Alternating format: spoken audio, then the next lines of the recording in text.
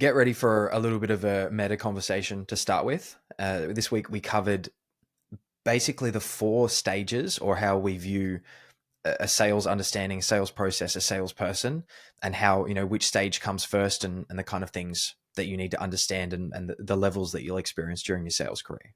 Yeah, the 4 steps which we go into detail about. We start with the word philosophy, and apologies in advance, you can hear that word quite a lot in this call. So much so that we made a meme out of it by the end.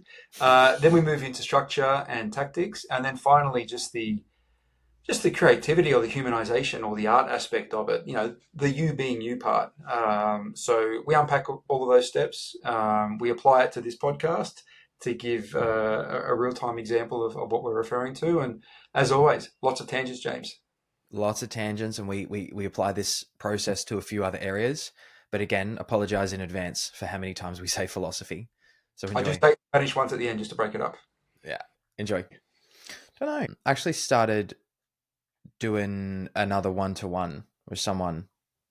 The reason they came to me is the same reason most people come to me, is just for some structure. Mm-hmm. Just kind of like, some people are really system-minded. Yep. And then I realized that there are so many different layers to it, because you've got the system itself, then you have the tactics, and then you have the finesse, the art, the delivery. Mm-hmm. And I was just thinking about that, because most things you can break it down. You have the sales system, and then you have the sales tactics, and then you have the actual sales delivery of that. I would go one. I would add one thing to that. The sales philosophy would be the start point. Mm. Like, what are we here for? What are we trying to do here? Like, is like the overall philosophy. What underpins this whole interaction? Then, what did you say? System was the next one. Yeah. Yeah. So systematic. What's the scaffolding that's going to get me there? Tactics, play by play. How do I make that happen? And then the finesse, the art. All those intangibles and all that creativity and all those things that make you you. Mm. Well, the sales philosophy itself, I mean, once you've kind of figured it out, it's pretty straightforward. What are we looking for, and what do we need to get a sale on the call? But they do differ. Yeah. For example, we all know of sales managers and offer owners and salespeople that are like, buy or die. My job here is to sell to this person. I am morally obliged to sell to this person if I think I can help them. That's a Mm. philosophy. I don't subscribe to that philosophy. So, if you subscribe to that philosophy for the sake of this example, and I have a completely different one, then everything's different. Mm. Because the philosophy is different. The core belief, the core objective, the core intent is different. So Mm. that's why I think like the overarching thing is, what am I here to do? What am I here for? What's my philosophy? What am I all about? What are my beliefs? What's important to Mm. me? What's my intent? And if you're thrown into it, say for example, you were training in that philosophy, that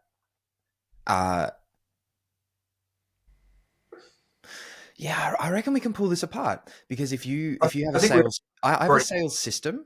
started to. Yeah. Cool, already So, started. Yeah. so you might have a sales philosophy, but you might be in an environment where you're not able to do that. And I think adapting the sales, I agree, it comes first.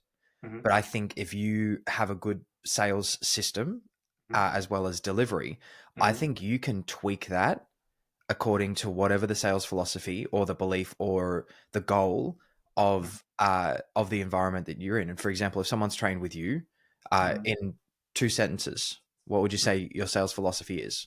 Be really concise. Me personally, Yeah.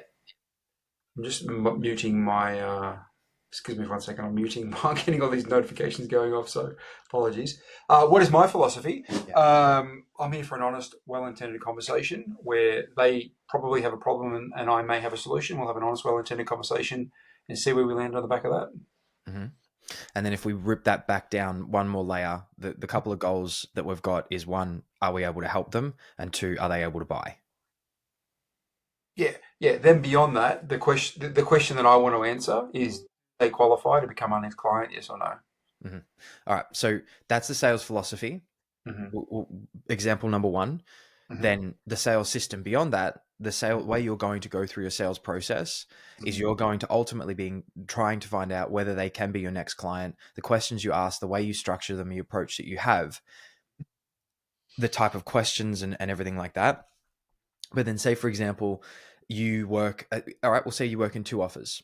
Mm-hmm. Then the sales philosophy or the goal of the sales manager in the other one, like one, they let you do whatever you want to do. In the other one, let's pretend for a second we accepted that.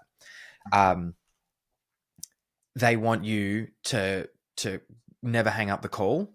Mm-hmm. You must get hung up on. You must make the Yep. sale. Yep. The philosophy and the goal changes, but the Yep. sales structure and system can stay relatively the same. Just the questions that you implement change. Mm. Yes and no, because depending on your philosophy defines your intent, and your intent then defines your structure and then your play-by-play tactics. So for me, if there's a mismatch on philosophy, I can't accept the job as a start point. I both can't and I don't want to. So, you know, that's why I think it starts with the philosophy. So like I know there's deals out there where, you know, you can't you're expected to try and sell to everybody, expected to try and pitch and close everybody. They wouldn't be on the call unless they were ready to buy. You know, they can find the money. Like, so you're expected to put them through hell basically and either get hung up on or get their credit card details. I know my philosophy won't let me go on that offer, so I can't accept that offer. It's not in their best interest because they won't like me. It's not in my best interest because I won't like them. Like, this is Mm. not going to work. So that it never happens. So maybe we're going meta already. Like, I think it's important for a salesperson to develop their philosophy and then to marry up with offers where they either have that existing philosophy or they're able to bring and implement their philosophy as long as it's ethical and effective. You know, most offer owners, unless they're control freaks, and there are plenty of offer owners and sales managers that are that, are interested in two things. Does it work, and is it ethical, or is there any risk to my brand, or, you know, FTC or anything like that? And if the answer is yes, it's ethical and legal by extension, and it works, then go for it. So, you know, if you've got a philosophy that's not close everyone, close or die, you have to get into an offer where that's in play. Otherwise, you're going to be deeply unhappy or deeply ineffective, or conflict's going to come really quickly. So, all right, if we go, we're very meta at the moment. And I Yes. think if we say philosophy one more time, people are going to throw a computer. Mm-hmm. Uh, all right. So if we get a little bit more deliberate, and I think we can talk. All right. I'll talk about my experience. I Mm-hmm. think when you're going through a sales career, you start Mm-hmm. off with just like, oh, I'm in sales. I don't know what I'm about, what I'm doing. Yep. And Yep. then the nail in front of you that you need a hammer for becomes things like objections Mm-hmm. and things that they bring up. So that's the nail. You need a hammer to bang that in. So then, Sorry, sorry to interrupt you, which is why most low level or unsophisticated salespeople think that pretty much all their problems go away if they can objection handle. Mhm. But as you move beyond that stage, you realize that, well, that's not the case at all. I think what we can do is we can kind of figure out a bit of a timeline of how you come to those realizations, just so there's some meat on the bone with this Mm, podcast. Um, and I think we were probably the same. You start getting objections. You're like, if I could just overcome them, I would make mm, so many more sales. I could have got them. And mm. then the further you go past that, you realize like, oh, hang on, that objection that I had to overcome, Yep, I could have just pre-handled it earlier. So you get really good at that. that's And right. then it's kind of like the next step is pre-handling, so you don't have that. You're like, oh, I actually did miss all of those sales because I didn't pre-handle. And then I think the next step beyond that, and this Either obviously uh, comes after time. either didn't pre-handle, or I created a situation or an energy or a vibe where I triggered them to get doubtful or to get distrusting or to Mm, doubt themselves or whatever the catalyst of the objection was. You mm, know, 9 times out of 10, if you're getting a late objection, it's your fault. It's your fault because you either caused it or you didn't ask the right questions earlier or handle the situation relevantly earlier so that it came up earlier, or didn't come up in the first place. Like, if it's mm. late enough for seeing you hear about it the first time at minute 45, it's 100% your fault and it's preventable. But I that's another, see it v- maybe another call. very similarly to jujitsu or chess. So when Yep. you first start jujitsu, it's something I know better than chess. Yep. You're like, Getting, damn, got getting, some. I'm sorry to cut you off. I do apologize. I've cut you off like 3 times already. Uh, I'll just mute you in a second. I'm getting to know chess a lot better because my son, James, who you know Yeah. very well, May have been named after you, may not have been, don't know. But he's got a chess coach now, and we watch chess videos. We've become obsessed with Magnus Carlsen. I think I mentioned him a couple of weeks Yeah. ago. The Marcelo Garcia of chess. And we watch him all the time. And he's at a stage where it's 50-50 our games now. He's 8. I've no chess training at all. So I'm forced to be in chess because I've got a son who's really into it and getting really, really good. So it's a good analogy. Well, it is. It is. And again, I can't speak to chess because I don't know it well. But Mm-hmm. I know when you first start jujitsu, you're like, I got submitted again. I wonder how that happened. And then after a period of time, or when you become the person that's a lot better, you Yep. realize that the reason that the person did this was because you baited them to do this action, which led to this action, which led to Yeah. this action. Yes. I Yes. think Yeah. when you first start sales, you're just like, I didn't get them, or yeah, I got submitted. Whereas you get to the point where you're like, oh, I realize that we are where we are because of cascading of actions. That's right. And it's like the goal of going in there to learn and be better Yep. is similar to the goal of getting on a sales call to one, figure out if they qualify to be that next person. And it's not like, I'm better than you, I'm on the pedestal, you have to tell me. It's Mm-hmm. just, an open and honest conversation. I think that's kind of the linear path of most salespeople. Mm-hmm. And I see myself on all of those different levels, and it's easy to get frustrated with someone that's early on and be like, "Why? I can help you bypass years of frustration here." But I think Sure. most people kind of have to follow that process. Sure. I mean, that's why people pay trainers. I mean, a big part of why you pay a trainer or a coach, whether it's one-on-one or in a group program, is to is to shorten the time span massively, Mm, to turn weeks, months, or years into minutes or hours or days, which can save all sorts of frustration and heartache and money being left on the table and all those sorts of things. The fact that others have gone through these problems and can explain it to you and have you realize it can mean it doesn't take you 5 years to learn what took them 5 years to learn. It can be learned in 5 minutes. Back to what you said earlier, you started doing one-on-ones again. I mean, at some level, people are coming to you for that, mm, no question. So, so we're still on the philosophy. I know you don't want to say the word philosophy anymore, but and maybe to break it down in simplicity terms, if you look at you and I right now, so we talked about 4 things. We talked about philosophy, into structure, into tactics, into the art. Was that right? Was that the mm. sequence? Basically, delivery, the art, the Yeah. execution. For our viewers, this is unscripted. We didn't plan to talk about this. There's no pre notes. I feel like I should have done pre notes for this one, to be honest. But if you look at this podcast, you and I coming together, on a philosophical level, it's, two friends, two industry people at different stages of their journey with different experiences that have a fair bit in common, coming together to have, this is my impression, you tell me if you see it different, have honest, open, well intended, off the cuff, non censored conversations and explorations. And for us, it'll be stimulating and interesting. And we'd like to think that a certain segment of the audience will find that way too. I mean, that to me is the philosophy, like what underpins our intent in what we're doing here. Do you see it different or do you see it No, similar? it is. It's the same. So that's our intent. That's what Yeah. brings us together. That's effectively the philosophy for the sake of the way I'm thinking about it. What's our structure? We get together once a week on Thursdays. We log on to Riverside and we go back and forth for half an hour. In terms of the tactical approach, sometimes the idea sort of comes organically and generally. Sometimes I bring an idea, sometimes you do. And then sometimes you take a leadership in the call and I kind of respond and follow, vice versa. Sometimes it's a true back and forth. Both of us know the idea is to ask each other questions, to stress test the answers, offer alternative devil's advocate positions if it makes the conversation more interesting and stimulating. And on the back of that, we achieve our objective of having an honest, open, exploratory conversation. And fourthly, the art side, the delivery side, you and I have very different personalities. We have very different ways of communicating. Um, Strengths and weaknesses are different. We lean into who we both are, and there's a contrast effect.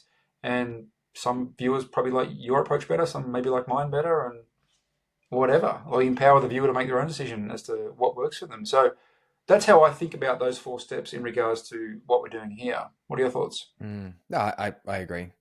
I agree. Yeah. I like it. It makes sense. Because Uh, it's a sales call. yeah, and I What think I am I think here to? that How am I going to do it? What are my levers I can pull? And how can I bring myself or my creativity or my energy or the essence of me to this call? mm, That's how I think about it. Mm, Yeah, but it starts with a philosophy at the start. Otherwise, I don't even get in the room with you in the first place because I know we're not going to be compatible. Because what you want me to do, I don't want to do. mm. I'm not prepared to do, or I know it won't serve this purpose, and I just don't want to be around this energy. Our philosophies don't allow us to be on the same page, and sometimes we can compromise a little bit or create something in the middle, some sort of hybrid. But yeah. Anyway, I won't say the word philosophy again on this call. Yeah, but I think then on the back of that is how do you figure out a system that aligns with that? And I'm very process oriented. You know this. You're much more Um, that's a big difference between you and I. Like if you want to look at the four stages, I would say you lean more into the second stage, the structure of the process, than I do. I would say you lean more into that. I might lean more into the fourth one, creativity or whatever you want to call it. But we both do what serves us and what mm. serves our agenda. I think as an example, I've worked with some people that have worked with you. And sometimes I'll work with people and they'll just say, um, I need a little bit more structure, or I just don't really understand what Michael means by this every Mm-hmm. now and then. And the one thing I always say is Michael is very Michael. He has a process that absolutely works. Mm-hmm. Uh, but sometimes people do need a little bit more structure, as in just like, this is the way that I do it. It's the same thing. Like we're chasing the same goal.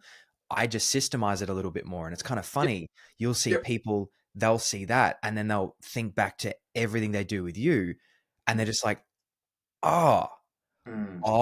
and then they see a structure and then the tactics, Mm-hmm. and then they can kind of weave all of that back in. And you have some people that work with you that are very similar thinkers to you and they click on. But I've noticed that even in the past probably 6 to 12 months, everyone's saying this, the amount of structure in TSP has just gone through the roof, which really helps. So I think Yes. some people will learn the philosophy first. Some people will learn the structure and the tactics and then get better at the art and then realize why they need it. Uh, Yes. it's just it's kind Yeah. of Well, like riding there's a bike. You got to feel it. there's a test called wealth dynamics. You would be a mechanic for sure. The wealth dynamic test, it's a bit like a disc profile sort of thing. It's one of those sorts of things. And it's a good way of categorizing you. I think it's just like wealthdynamics.com or something like that. It's like $100 to do the test. And a mechanical thinker is very process orientated, hence the name mechanic. If then, if then, if then, if then, if then. They want repeatable, low maintenance, easy to roll out structures. I'm not really like that. So, but one of the key learnings I had when I rolled out the first TSP 2 years ago, which you were a part of, it was very low on the mechanical side. Mm. And I took feedback and I saw outcomes and I realized that even though I wouldn't naturally present it that way, a lot of my audience needed it that way. So I made some big adjustments for version 2, 12 months ago, which I launched. It got a lot more structured. It didn't lose any of the essence, but it was able to be put into blocks that you can assemble much easier in real time and sort of see the patterns and all those sorts of things. And as you said before, the feedback has been outstanding and significantly better. Not that it was bad in the first one, it was just better in the second one. It's just learning and adapting. So I agree with the comment. Mm. Yeah. Yeah. And you are right. I like repeatable systems. And even Yeah, on the TSP call last week, someone said, was it last week, week before, last how, week. how do you get so much done? It's Mm, because I find systems in everything. So, mm, mm, uh, I have as much AI as possible already, agents or systems mm, pre-set up. So if like, for mm, example, editing this podcast, mm. majority of it is done by AI and it doesn't take long. It's the processing of the video that Yep, actually takes the most. yep, Content, I have AI projects set up that will edit, adjust, like everything is scheduled and I'm doing so many different things at once. And mm, most people, if I didn't have AI, I'd be screwed, but mhm, I've just built so many systems and processes and mm, I think sales is the same way. I think you can find a system in mm, any sales process, but then mhm, it's not like you must follow these line by line. It mm, becomes a framework. These are the kind of things that you need to tick off. And then the mm. next layer, these are the way, you have 4 or 5 different ways that you can tick off each of them. And Yep, then the delivery becomes do this 100 times and you're Yep. like, this question more, but you realize this one leads better with this one. There's patterns in all of it. Yep. That's how I think. Yeah, I know. Like I remember when you started posting content like 2 or 3 years ago, and we had some conversations about that. We have a very different philosophy with content rollout. Not Good necessarily word. philosophy, what we're trying to achieve. Probably structure is a better word. More of a different strategy for rolling it out. Are you still a batch guy? Do you still batch big chunks of content and have it there to retrieve and roll out as you see fit? Do you still use that method? Uh, yes, but not as much. And the reason is, you're gonna like this. Bringing it back, I'm gonna say the word, Go on. the goal, the philosophy, everything that I'm focusing on has Yep. had a big transition in the last 6 months. Okay. And I was batching, I was just James, high ticket, and AI. Yep. Whereas, as you know, I've got a business in the real world now. A big focus is scaling that. And then my focus has been not just on sales, but on Mhm. growth, on my trajectory. And Yep. I kind of went through this separation of this is the way my content was going. Like I Yep. was learning every week, I write a new newsletter on something I've learned, Yep. and the I see it. content is kind of based around that. But then all of this other stuff got added in, and it was, do I keep my profile exactly as it is, or do Mhm. I let it follow me? So Mhm. I was batching a lot of content, and now I still do. Like I'll schedule a little bit ahead, Mhm. but it's a lot more on where I'm going and what I'm learning. And I've noticed engagement has dipped because it's not what my followers are used to. But Mhm. I want my online persona to be not an online persona, actually who I am and what I'm about. Sure. And there shouldn't Yeah. be that disconnect. Like, if I meet you and I don't know you, you should be you. I shouldn't look at you and go, "There's nothing about your essence and the way you communicate, the words you use, and what you talk about is congruent with the posts I've been following for the last 3 years." Mm. Like that. That to me would be a bad thing, unless it's an intentional strategy for some other reason. It's Uh, it's very common. It's very a lot of people, the online persona, you meet them in person, you're like, oh, who is this? You're not at all what I was expecting, and it happens more often than you think. yeah, I yeah, remember Justin Welsh posted about it about 2.5 years ago ish, and I yep, read it, and I read back a couple of my posts I was writing, and I said, "Am I posting this because I believe it, or am I posting that because it's how I want the world to see me?" And that yes, one post he did, there was yes, some posts I was doing because that's how I wanted the world to see me, and yes, again changed my philosophy on yeah. on the kind of content. There's no question what we're calling this Yeah, episode, by this the could almost turn into a drinking game for college students, could it? Every way. time they say philosophy, drink. Apologies, it's a good word though. Yeah. Uh, Yeah, God, we're going off on tangents now. Like now we're talking about content and things. Yeah, you know my content strategy. I think I'm more of a performer, and what I mean by that is I don't like attention, which may seem counterintuitive. Like here I am on a podcast, here I am posting every day. I'm not an extrovert. I don't walk in a room and try and have all eyes on me and be the center of attention. You're not either. Although you kind of were when I first met you Oh 15 yeah. years ago, which is another tangent we could go off on. But like your personality is so different to 15 years ago. Not 15, 2012 I met you, 13 years ago. Your personality is so different to them. Like you were super outgoing and life of the party and always smiling and happy and all that sort of stuff. And you've evolved. Let's just put it that way. But my point is, It's actually on that when I, just quickly. yes, Everyone says personality wise, even physically. Even when I was going, I don't know if I said this. Even when I was going into the US, the border agent, the guy that stops and asks you, "What are you doing here?" He yes, saw my passport photo. I handed it to him, and he stopped and he looked at it and he turned around, like showed me the passport and laughed in my face, like full on just laughed. He's like, "What is this?" yeah. Yeah, everything's changed. Yeah. But okay, this could be a massive tangent. Here's where I'm going with this. I like the performative aspect, not for the attention-seeking element of it, or anything like that. I enjoy being in the moment. Hence why this podcast is called what it's called, and we literally don't perform. Sorry, don't pre-rehearse or have any notes or anything like that. I like the pressure, the moment of coming in here and just creating in real time and adapting in real time, and it being a real representation of who I am. I feel the exact same way about sales calls. So that's one of the reasons why I don't hyper-structure out my calls. I don't have a script. I don't, I know what I need to cover. Like I know the boxes I need to tick, I'm totally open to the order that I tick them in and the how wrapped around that. I am going to tick them, so there is a structure in that regard, but how we do it, it doesn't really matter within reason. So I really like that, and that flows into my content as well. I don't batch any of my content. I've never batched one piece of content. Every single piece I write in real time every morning, and 98% of the time, I don't even know what I'm going to write 3 minutes before I start writing. It takes me typically anywhere from 2 to 5 minutes to think of the idea. As soon as I think of the idea, it's written in like 2 minutes. I post it first draft, as in like I post and press send. I then look at it as the way everyone else sees it. I always see a spelling or a grammar or a formation issue. I then edit it, but I went live. I didn't wait for perfection. I went live. And then over the next, I might do that 2 or 3 times. I might look at it 2 or 3 times, and I usually have one thing I need to change, and then it's up. I enjoy that performance element. But I know that about myself, so I tap into that. I design systems to enable myself to perform. You know who you are and what gets the best out of you. You're very systematic, very organized. Great. You create a world that leans into that.